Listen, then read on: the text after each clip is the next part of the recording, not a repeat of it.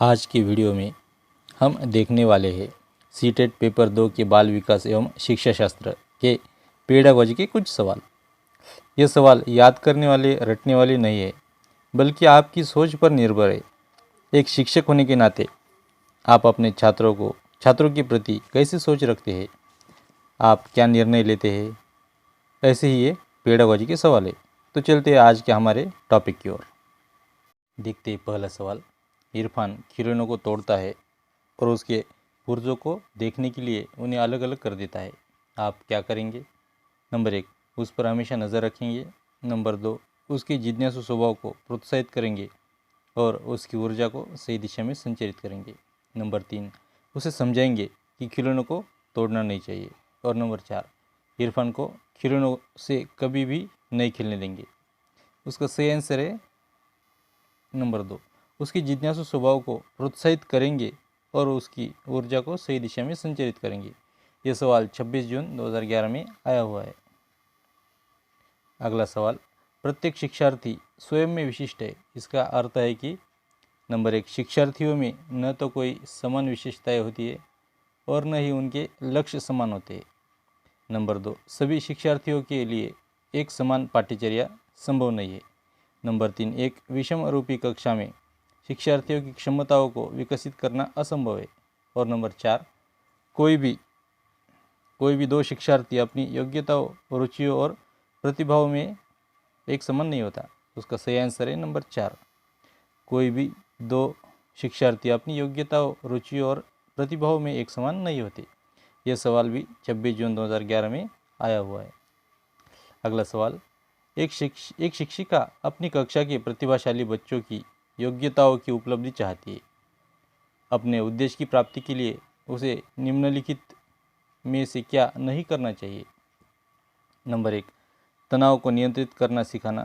Number 2, विशेष ध्यान के लिए उन्हें उनके समकक्षों से अलग करना। नंबर 3, उनकी सृजनात्मकता को समृद्ध करने के लिए उन्हें चुनौती देना। नंबर 4, गैर शैक्षणिक गतिविधियों में आनंद लेना सिखाना। सही आंसर है नंबर 2, विशेष ध्यान के लिए उन्हें उनके समकक्षों से अलग करना, यह नहीं करना चाहिए।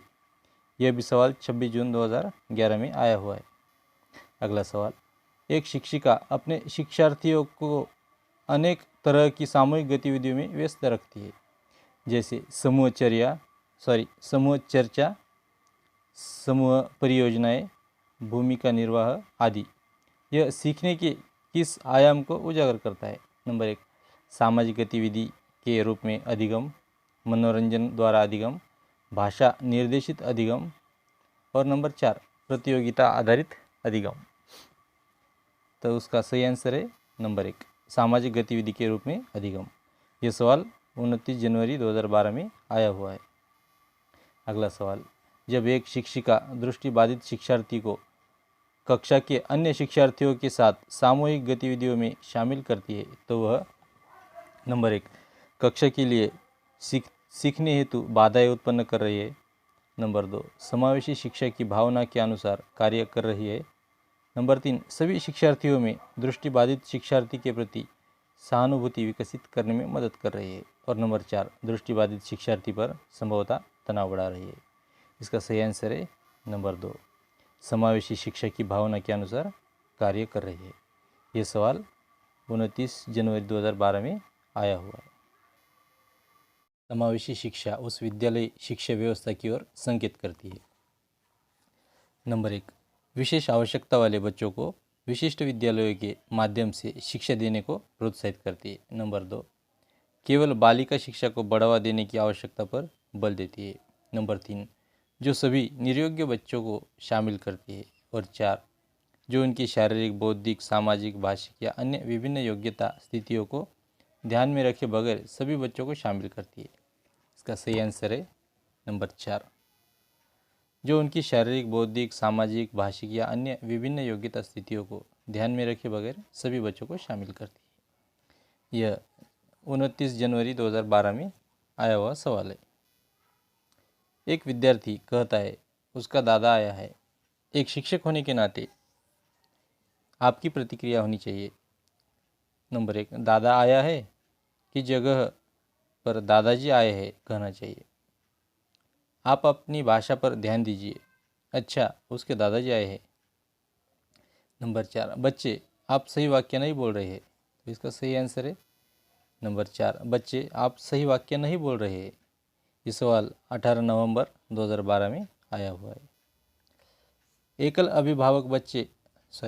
अभिभावक वाले बच्चे को पढ़ाते समय शिक्षक को नंबर 1 स्थिर और एक रूप वातावरण उपलब्ध कराना चाहिए। नंबर 2 इस तथ्य को अनदेखा करना चाहिए और ऐसे बच्चे के साथ अन्य बच्चों की समान व्यवहार करना चाहिए। नंबर 3 इस प्रकार के बच्चे के साथ भिन्न प्रकार से व्यवहार करना चाहिए। नंबर 4 ऐसे बच्चे को कम गृह कार्य देना चाहिए। तो इसका सही आंसर है नंबर 2 इस तथ्य को अनदेखा करना चाहिए और ऐसे बच्चे के साथ अन्य बच्चों के समान व्यवहार करना चाहिए। ये सवाल 18 नवंबर 2012 में आया है। प्रतिभाशाली बच्चे नंबर 1 बिना किसी की सहायता के अपने सामर्थ्य का पूर्ण विकास करते हैं। नंबर 2 मानव के लिए महत्वपूर्ण किसी भी क्षेत्र में अस्वभावता अच्छा निष्पादन करते हैं। नंबर 3 सामान्यतः शारीरिक रूप से कमज़ोर होते हैं और सामाजिक अंतर्क्रिया में अच्छे नहीं होते। नंबर 4 सामान्यतः अपने शिक्षकों को पसंद नहीं करते। इसका सही आंसर है नंबर 2 मानव के लिए महत्वपूर्ण किसी भी क्षेत्र में अस्वभावता अच्छा निष्पादन करते हैं। यह 18 नवंबर 2012 में आया है। जब एक बावर्ची खाना पकाते समय खाने को चखता है तो वह डैडश के समान है। नंबर 1 सीखने का आकलन। नंबर 2 सीखने के लिए आकलन। नंबर 3 सीखने के रूप में आकलन। और 4 आकलन और सीखना। इसका सही आंसर है सीखने के लिए आकलन। यह 28 जुलाई 2013 में आया हुआ सवाल है। यदि शिक्षार्थी पाठ के दौरान लगातार गलतियां करते हैं तो शिक्षक को नंबर 1 अनुदेशन कार्य समय सारणी अथवा बैठने की व्यवस्था में परिवर्तन करना चाहिए। नंबर 2 पाठ को कुछ समय के लिए छोड़ देना चाहिए और कुछ समय के बाद वापस जाना चाहिए। नंबर 3 गलतियां करने वाले शिक्षार्थियों की पहचान करनी चाहिए और उनके बारे में प्राचार्य से बात करनी चाहिए। नंबर 4 गलतियां करने वाले शिक्षार्थियों को कक्ष से बाहर खड़ा कर देना चाहिए। और उसका सही आंसर है नंबर 1 अनुदेशन कार्य समय सारणी अथवा बैठने की व्यवस्था में परिवर्तन करना चाहिए। यह सवाल 28 जुलाई 2013 में आया था। एक अध्यापिका विद्यार्थियों को किसी विषय की अपनी अवबोधनात्मकता को प्रतिबिंबित करते हुए संकल्पनात्मक मानचित्र का निर्माण करने को कहती है। वह नंबर 1 छात्रों के मुख्य बिंदुओं का सार लिखने की क्षमता का परीक्षण कर रही है। छात्रों की उपलब्धि के मूल्यांकन हेतु शीर्षकों के विकास का प्रयास कर रहा है या फिर कर रही है। विद्यार्थियों की स्मृतियों को धीमी गति से जागरूक कर रहा है या फिर कर रही है। और नंबर 4 रचनात्मक आकलन कर रहा है या फिर कर रही है। इसका सही आंसर है नंबर 4 रचनात्मक आकलन कर रही है या फिर कर रहा है। यह 16 फरवरी 2014 में आया हुआ है। वंचित शिक्षार्थियों के साथ व्यवहार करने के संदर्भ में अध्यापक या फिर अध्यापिका को निम्नलिखित मूल्यों में से किसमें विश्वास करना चाहिए। नंबर 1 विद्यार्थी से किसी प्रकार की मांग न होना। नंबर 2 विद्यार्थियों द्वारा स्वीकृति हेतु आघात्मकता व क्रोध का प्रयोग करना। नंबर 3 छात्रों की सफलता हेतु व्यक्तिगत उत्तरदायित्व। और 4 समुचित व्यवहार की उच्च अपेक्षा है। इसका सही आंसर है नंबर 3 छात्रों की सफलता हेतु व्यक्तिगत उत्तरदायित्व। यह भी 16 फरवरी 2014 में आया हुआ है। एक समावेशी कक्षा वह है जहाँ समस्याओं का अधिकाधिक समाधान करने की संभावना की दृष्टि से बच्चों की सक्रिय भागीदारिता रहती है। नंबर 2 अध्यापक प्रत्येक अधिगमकर्ता के लिए वैविध्यपूर्ण व सार्थक अधिगमनात्मक अनुभव हेतु परिवेश का निर्माण करते हैं। नंबर 3 तब तक आकलन की पुनरावृत्ति होती रहती है जब तक प्रत्येक अधिगमकर्ता न्यूनतम श्रेणी प्राप्त न कर ले। और नंबर 4, विद्यार्थियों का भार कम करने के लिए अध्यापक केवल अनुमोदित पुस्तकों से ही पढ़ाते हैं। इसका सही आंसर है नंबर 2। अध्यापक प्रत्येक अधिगमकर्ता के लिए वैविध्यपूर्ण व सार्थक अधिगमनात्मक अनुभव हेतु परिवेश का निर्माण करता है। यह 16 फरवरी 2014 में आया हुआ है। अब देखो, शिक्षार्थी तब तक नहीं सीख सकते जब तक उन्हें नंबर 1, उन्हें शिक्षा के सामाजिक उद्देश्यों की आवश्यकताओं के अनुरूप न पढ़ाया जाए। नंबर 2, उन्हें यह पता न हो कि जो तथ्य उन्हें पढ़ाए गए हैं निकट भविष्य में उनका परीक्षण किया जाएगा। नंबर 3, वे सीखने के लिए तैयार न हो। और नंबर 4, दैनिक आधार पर घर में उनके माता पिता विद्यालय में उनके सीखने के विषय में नहीं पूछेंगे। इसका सही आंसर है नंबर 3, वे सीखने के लिए तैयार न हो। यह 21 दिसंबर 2014 में आया हुआ है। कक्षा 7वीं का शिक्षार्थी गणित में त्रुटियां करता है। एक शिक्षक के रूप में आप शिक्षार्थी को सही उत्तर उपलब्ध कराएंगे। नंबर 2, शिक्षार्थी को कैलकुलेटर का प्रयोग करने की अनुमति देंगे। नंबर 3, शिक्षार्थी से कहेंगे कि वह विकल्पात्मक पद्धति का प्रयोग करे अथवा स्वयं त्रुटि का पता लगाने के लिए उसे दोबारा करे।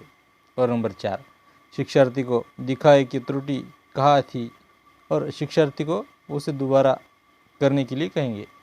इसका सही आंसर है नंबर 3, शिक्षार्थी से कहेंगे कि वह विकल्पात्मक पद्धति का प्रयोग करे अथवा स्वयं त्रुटि का पता लगाने के लिए उसे दोबारा करे।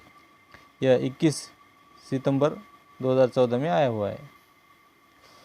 एक छात्रा एक प्रकरण में मुख्य बिंदुओं को रेखांकित करती है, उसका एक दृश्यात्मक प्रस्तुतिकरण बनाती है तथा प्रकरण की समाप्ति पर अपने दिमाग में उत्पन्न होने वाले प्रश्नों को प्रस्तुत करती है।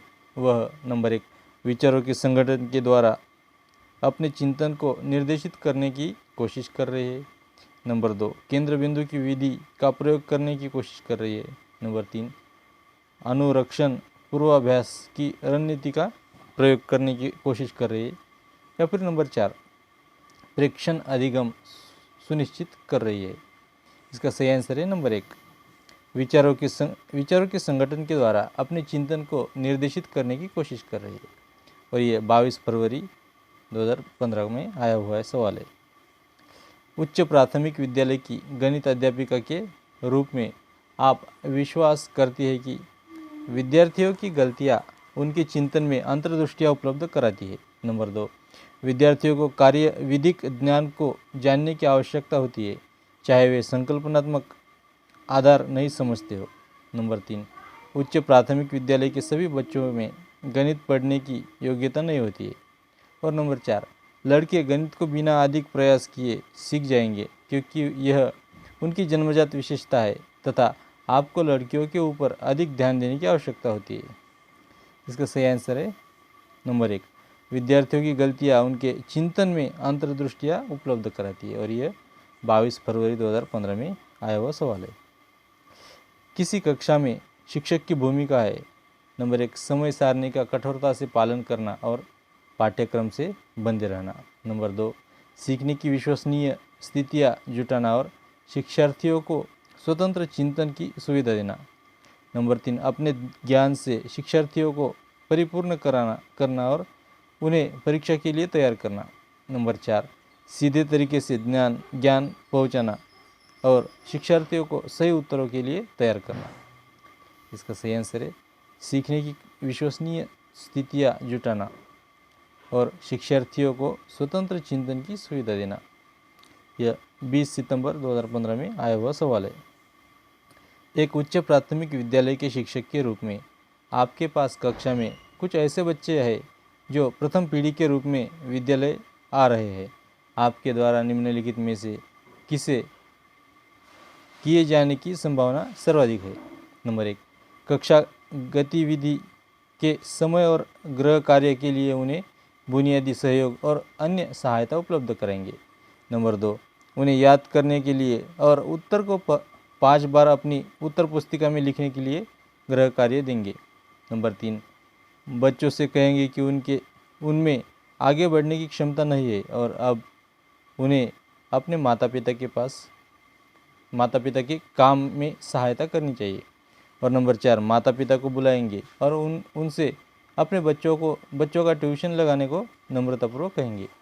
इसका सही आंसर है नंबर 1, कक्षा गतिविधि के समय और गृह कार्य के लिए उन्हें बुनियादी सहयोग और अन्य सहायता उपलब्ध कराएंगे। यह भी 20 सितंबर 2015 में आया हुआ सवाल है।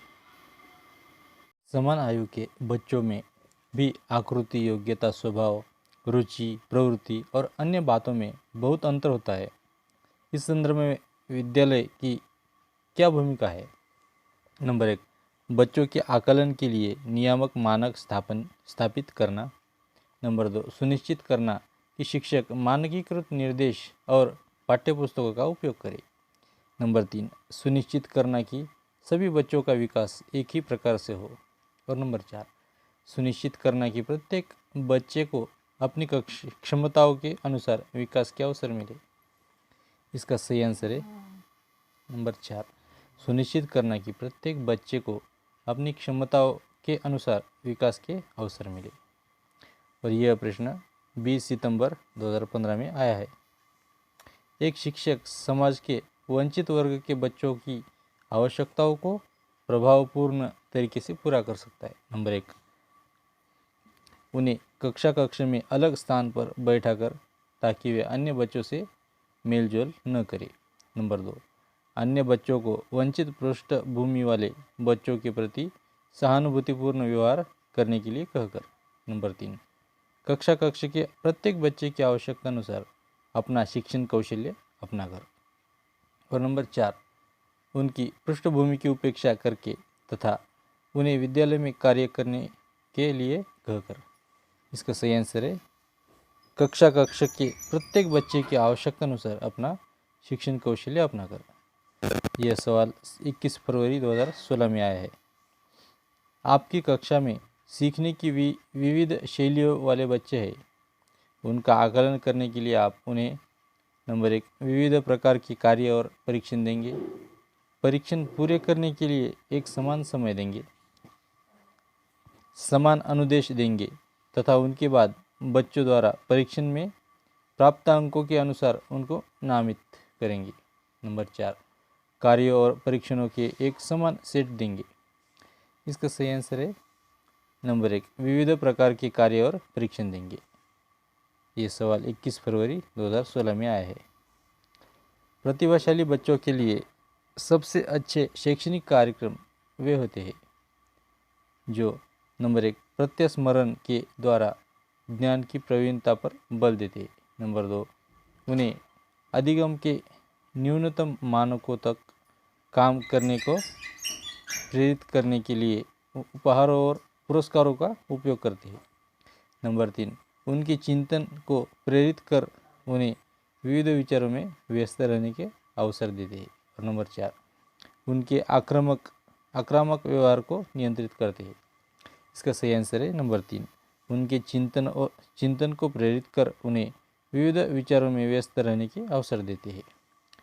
यह सवाल 18 सितंबर 2016 में आया है। यदि कोई शिक्षिका चाहे कि उसके विद्यार्थी समस्या समाधान कौशल्य प्राप्त कर ले तो विद्यार्थियों को ऐसे क्रियाकलापों में लगाना चाहिए जिनमें हो नंबर 1, प्रत्यस्मरण, रटना और समझना। नंबर 2, बहुविकल्पीय प्रश्न वाले स्तरीकृत कार्यक्रम। नंबर 3, ड्रिल और अभ्यास। और नंबर 4, पूछना, तर्क करना और निर्णय लेना। इसका सही आंसर है नंबर 4, पूछना, तर्क करना और निर्णय लेना। यह सवाल 18 सितंबर 2016 में आया है। जब आप एक शिक्षक समूह से जुड़ जाते हैं और अपने समूह के अन्य लोगों की तरह पोशाक धारण करने लगते हैं तो आप प्रदर्शन कर रहे होते हैं। नंबर 1, समूह आज्ञाकारिता का। नंबर 2, समूह निर्देश अनुपालन का। नंबर 3, समूह की अनुरूपता का। और 4, समूह की पहचान का। इसमें सही आंसर है समूह की पहचान का? यह सवाल 9 दिसंबर 2018 में आया है। व्यक्तिगत विविधताओं वाले बच्चों को पढ़ाने के लिए ऐसे विद्यालय होने चाहिए जहाँ शिक्षक नंबर 1 विविध अधिगम आवश्यकताओं के अनुसार विभिन्न शिक्षण अधिगम प्रविधियों का प्रयोग करने में प्रशिक्षित हो। नंबर 2 विशिष्ट व्यक्तिगत विविधताओं वाले बच्चों को पढ़ाने के लिए प्रशिक्षित हो। नंबर 3 बच्चों को समरूप अधिगमकर्ता बनाने में प्रशिक्षित हो। और नंबर 4 व्यक्तिगत विविधताओं के आधार पर वर्गीकृत की गई कक्षाओं के विभिन्न वर्गों में पढ़ा सके। इसका सही आंसर है विशिष्ट व्यक्तिगत विविधता वाले बच्चों को पढ़ाने के लिए प्रशिक्षित हो। यह 9 दिसंबर 2018 में आया हुआ सवाल है। बच्चों की गलतियां एवं भ्रांत धारणाएं। नंबर 1 सूचित करती है कि बच्चों की क्षमताएं वयस्कों की तुलना में बहुत निम्न स्तर की है। नंबर 2 शिक्षण अधिगम प्रक्रिया में महत्वपूर्ण कदम है। नंबर 3 शिक्षण अधिगम प्रक्रिया के लिए रुकावट एवं विघ्न है। नंबर 4 शिक्षण अधिगम प्रक्रिया में अनदेखी करनी चाहिए। इसका सही आंसर है नंबर 1 सूचित करती है कि बच्चों की क्षमताएं वयस्कों की तुलना में बहुत निम्न स्तर की है। और ये सवाल 7 जुलाई 2019 को आया है। अपनी कक्षा में सहयोगात्मक अधिगम का प्रयोग करते समय एक शिक्षक की भूमिका किस प्रकार की होती है? नंबर 1 उस समूह का सहयोग करना जिसमें होनहार एवं प्रतिभाशाली बच्चे हैं। नंबर 2 एक मूक दर्शक होना तथा बच्चे जो करना चाहते हैं उन्हें करने देना। नंबर 3 कक्षा को छोड़ देना तथा बच्चों को स्वयं कार्य करने देना।